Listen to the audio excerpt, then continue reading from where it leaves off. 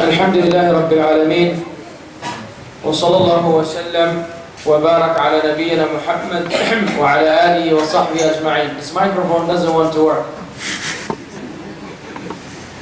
It's sleepy. See, every time I put it up, it falls asleep.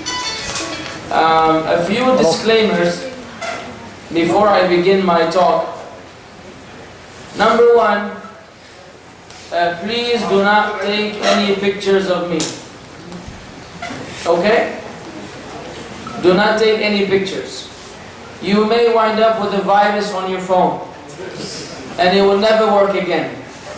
So if you like your phone and you want to use it in the future, don't take a picture. A video is fine, but a still image is not. Disclaimer number two, or let's call it points of reminders, is exactly what I was going to say right now. Pay attention. Okay, not every time someone walks in front of you, everybody looks at this person walking and then everybody looks at him walking away and I'm talking to the walls and the lights. Okay, so if something pop-ups on the wall, don't worry about it. Okay? Unless you see someone dying next to me, don't do anything. You see someone dying, go ahead and move. But if everybody's alive, pay attention. Because the worst thing in the world is when you're looking at people and they're looking away. Are we on the same page right now?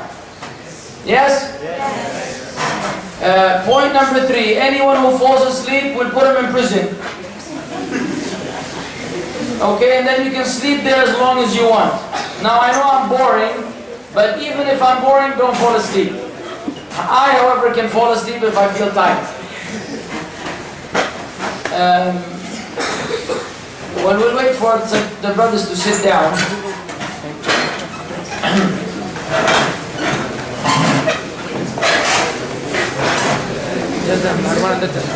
Today, of course.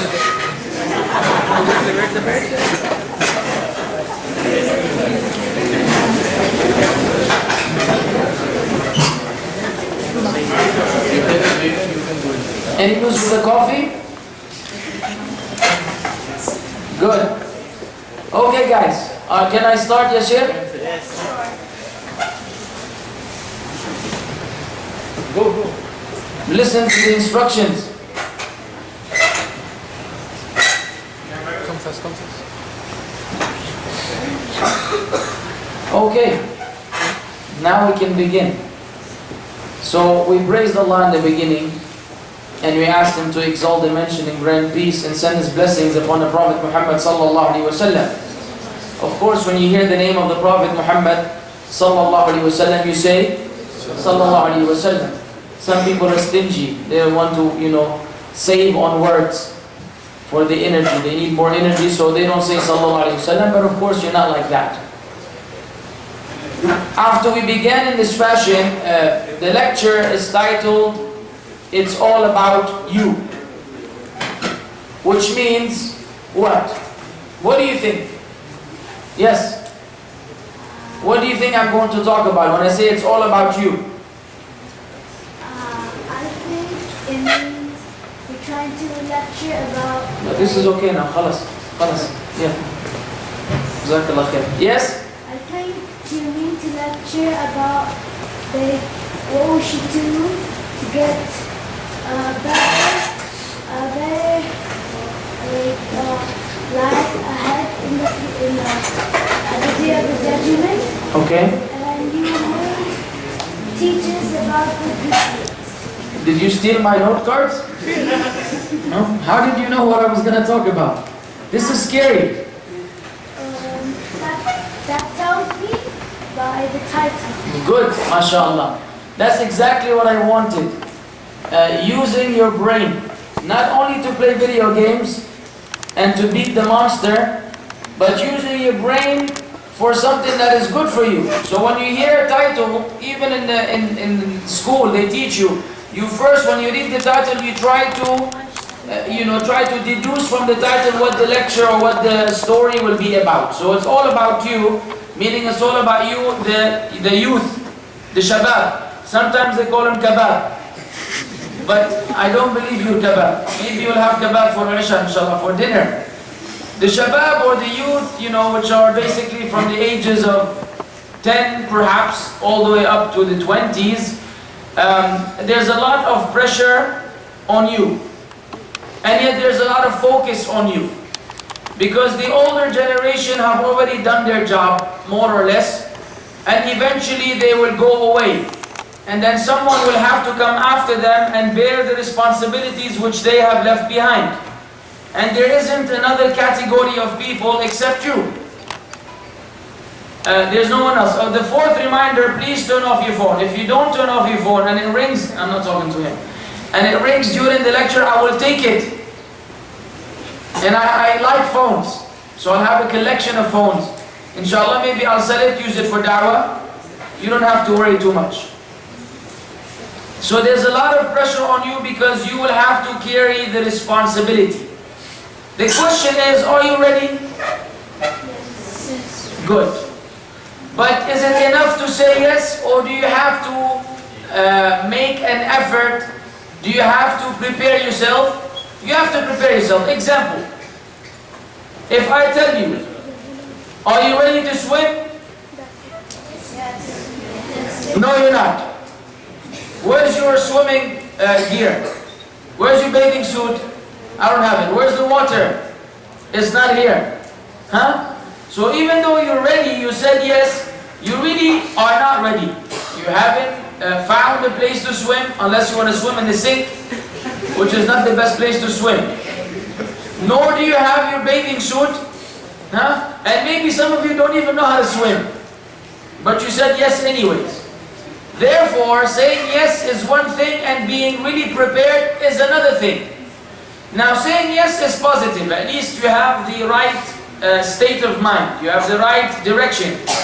But you have to do a lot more than simply saying yes. You have to prepare yourself.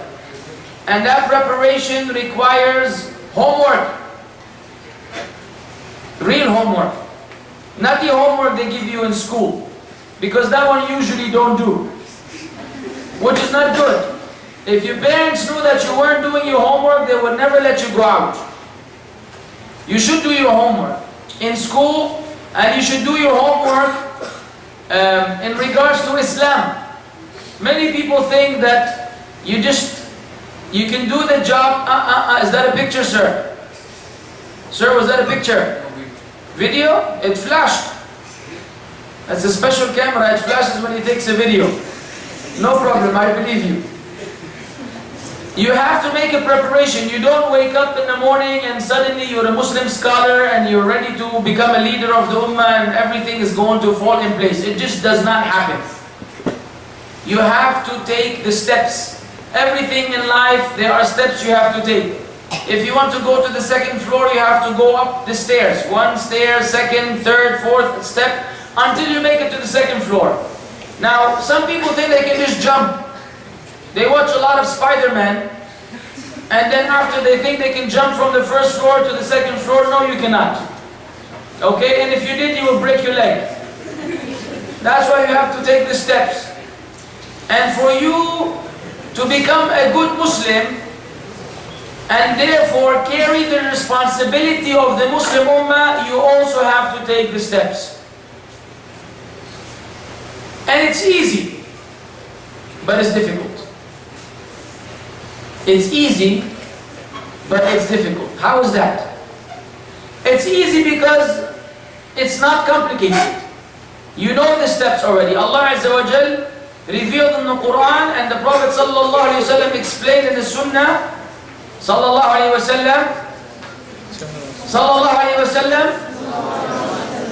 He explained in the Sunnah the steps that you have to take to become a responsible man. Because we're speaking to boys here, boys and teenagers. He already taught us alayhi salatu wasalam. And the Quran and the Sunnah, these are our foundation. We refer to them in regards to all of these matters. So this is why it's easy. Why is it complicated? Who can tell me why it's complicated? Don't be afraid. If you give the wrong answer, you won't fail the exam. And remember, if someone walks by, don't worry about him. And if someone speaks, don't worry about him either. We said it's easy because everything is in front of you, right there in front of you. You don't have to go searching for it. But it's complicated at the same time. Why would it be complicated? Yes, sir? Ya salam, ya sheikh. This is a price. Come take it, brother. Don't drink it all in one shot. Share with the brothers, you know. You deserve more than a bottle of water, but I don't have anything else. Unless I give you my phone, I can't do that yet. I needed to call people to pick me up from the airport. That was the best answer one can give. Huh?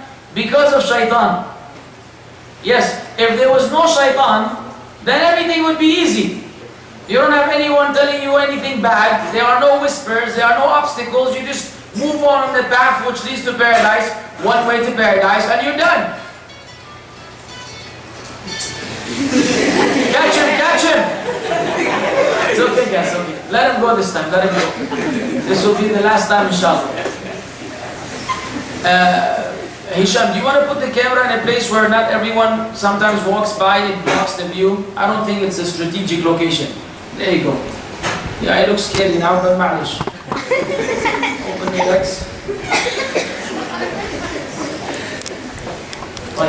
This is not a comedy show. Not every time I say something you laugh. Are you finished? Yalla, khalas. So there's a shaitan that is working around the clock. He has a job. From the time he was banished and exiled from Jannah, he made it, he took an oath. He took an oath that he shall mislead all of the human beings. And Allah Azza wa Jal acknowledged it. And Allah mentioned that indeed he will be able to mislead the majority of human beings. Allah already told us that the shaitan will be successful in misleading the majority of human beings. This is already a fact. So now we have an objective. We want to be among the minority of human beings who the shaitan will not be able to mislead. Who are they?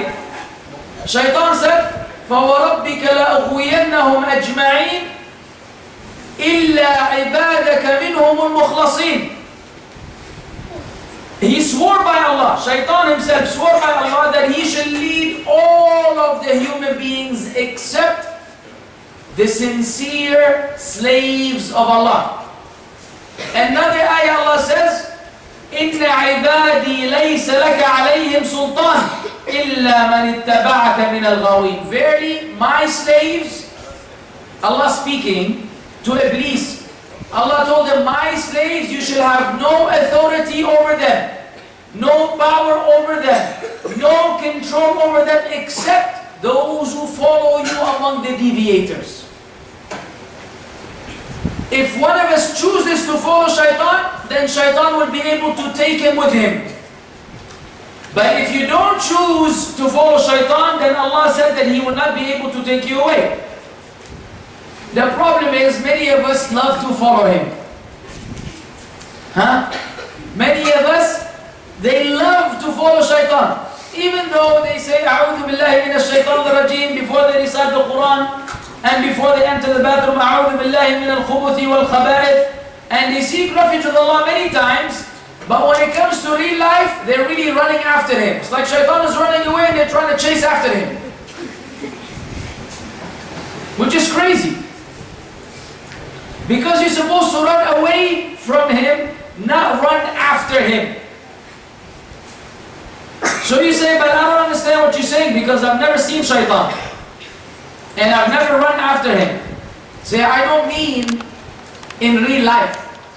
Not like physical running.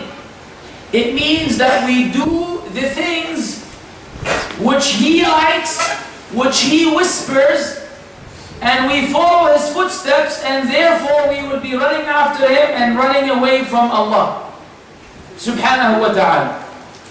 And this is the bitter, bitter fact, and this is the bitter, bitter truth, that the forces of evil, beginning with the television, cartoon, even the books, sometimes which you read, Facebook, YouTube, video games, all of these come together as a single force to make you go away from Allah and chase after shaitan. And the problem is that most of the youth don't even know it. They think this is normal. It's normal, it's fine. As long as I do my namaz, khalas brother. As long as I pray fast in Ramadan, I'm okay. As long as I say ashhadu an la ilaha illallah wa ashhadu anna Muhammadan abduhu wa rasuluh, alayhi salam, I'm okay. We say this is incorrect.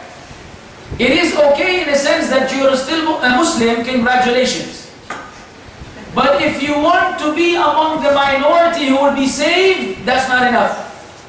Let me ask you a question. Are some Muslims going to enter the hellfire? Yes or no? Yes. So, being a Muslim is not enough.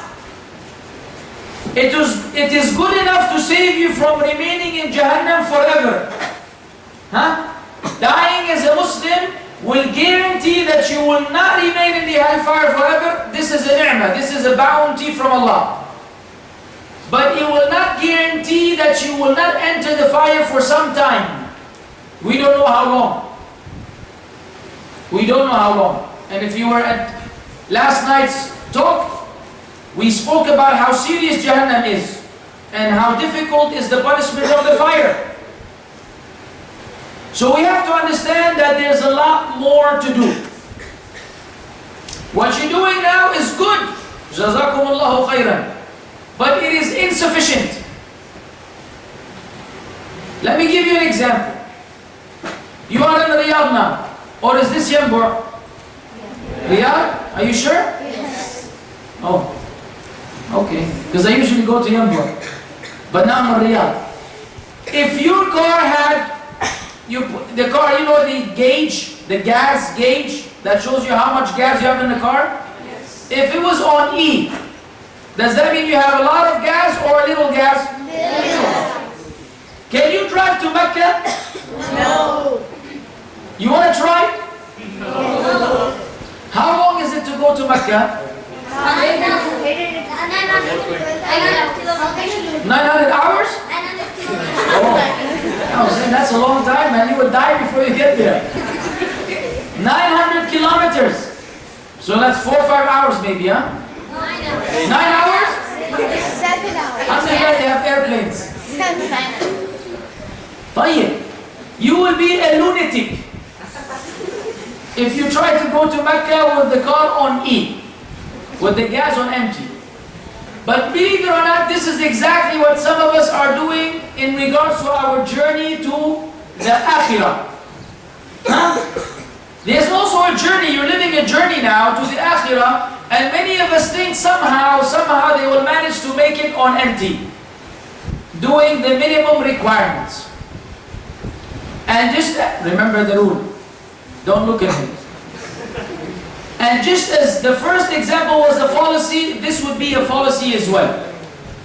So what do I want from you? Because it's all about you. I want you to realize that we need you.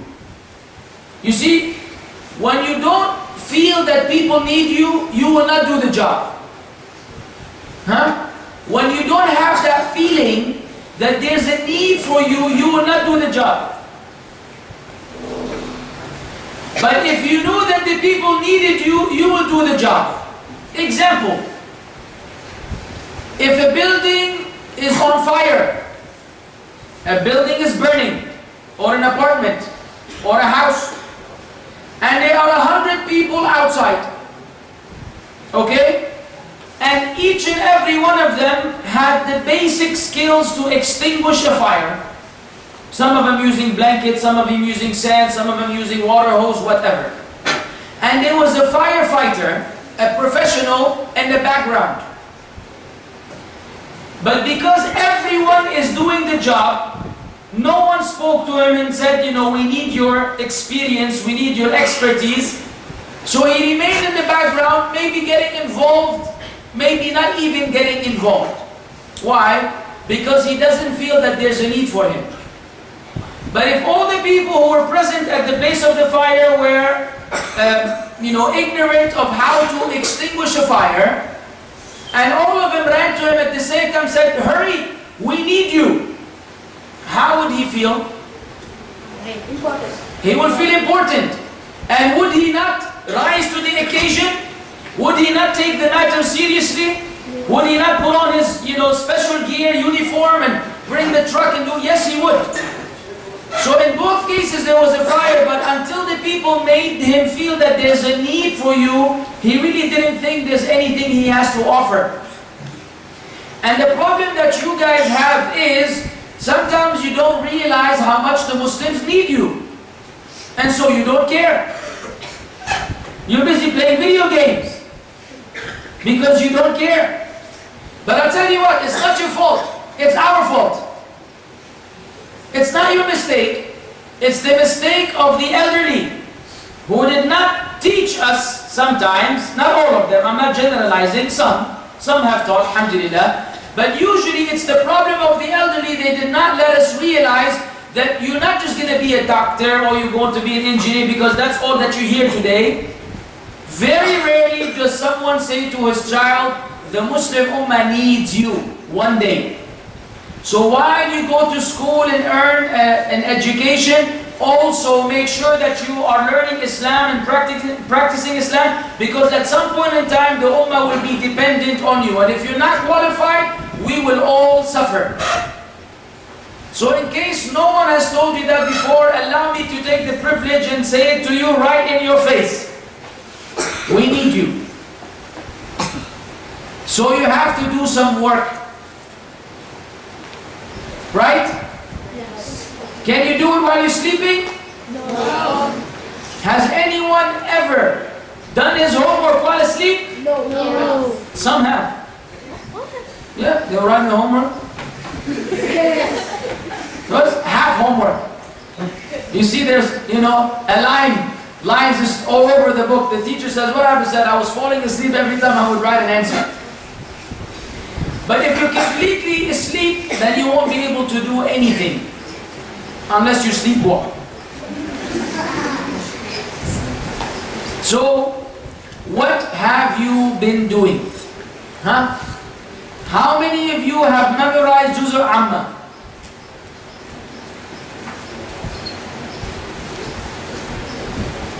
How many of you have memorized Juz' Tabarak? Jazakallah khair. 2? Buy one, get one free.